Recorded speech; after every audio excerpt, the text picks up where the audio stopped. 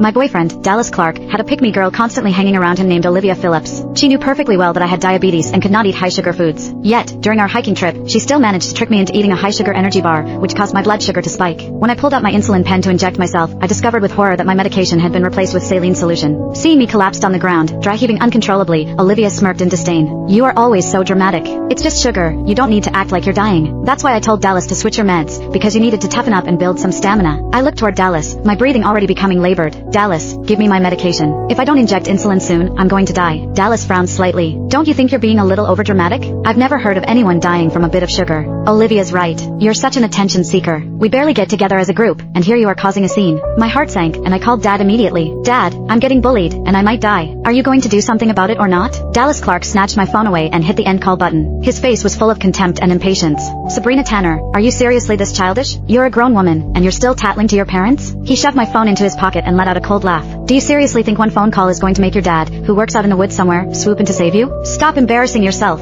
He had no idea that the man he looked down on was actually the owner of this entire nature reserve. In other words, this whole mountain belonged to my family. My vision kept fading in and out as the nausea and dizziness from the sugar spike tore through me. Olivia Phillips, Dallas's so-called girl best friend, chimed in without missing a beat. "Dallas, I told you from the start that women are so manipulative. Look at her. She ate one little energy bar, and now she's pretending to be weak so you'll feel bad and carry her down the trail." She continued, "Just saying, though, you two lovebirds can be lovey-dovey on your own time without wasting everyone else's. If you pick her over us tonight, I'm not going easy on you during the drinking games." Dallas laughed at her teasing. "With your tolerance, you'd belong at the kids' table. Screw you, I'm going to make you eat those words." As they bantered back and forth, the two of them ended up in a playful embrace. This was not the first time they got physical with such a complete lack of boundaries. When Dallas first introduced me to his group, Olivia was there. The moment she saw me, she broke into a huge smile and pulled me into a tight hug. "So you're the girlfriend. Dallas talks about you all the time. Finally, we get to meet you in person. You're even prettier than your photos." She sounded friendly, but her eyes scanned me from top to bottom in a split second. After we sat down, she casually commented, "You wore a dress to hang out? Super feminine of you. But just so you know, we're a pretty rowdy bunch. When we start playing games and stuff, you might want to be careful not to get it dirty." I gave up on that a long time ago. I've been with these guys too long, so I'm more comfortable in cargo pants. They don't stain, and they're easy. Everyone laughed, as if wearing a dress to a casual get-together was the strangest thing in the world.